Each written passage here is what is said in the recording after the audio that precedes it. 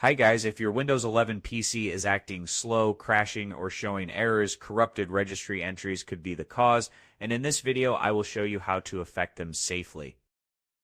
First, press Windows S, type CMD, then right-click Command Prompt and select Run as Administrator.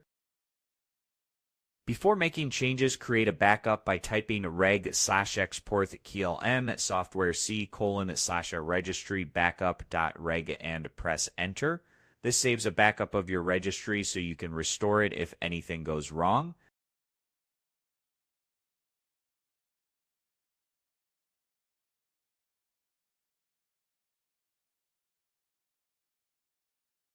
Next, press Windows R, type PowerShell, and press Ctrl+Shift+Enter to open PowerShell as administrator.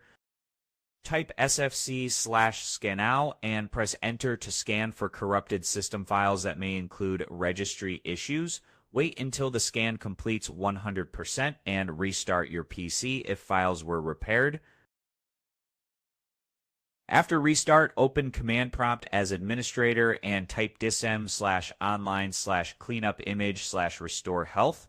This repairs the Windows image and fixes the Power Registry corruption.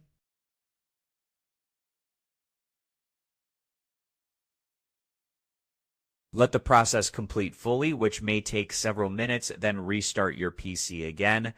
For additional cleanup, you can use a trusted registry cleaner like CC Cleaner, but always make a backup first. Open the registry cleaner, scan for invalid or corrupted entries, and let the program fix them automatically. After cleaning, restart your PC one last time to apply all changes. Following these steps will repair corrupted registries in Windows 11 and improve stability and performance. If this video helped you fix corrupted registries, give it a like, subscribe for more Windows tutorials, and I will see you in the next video.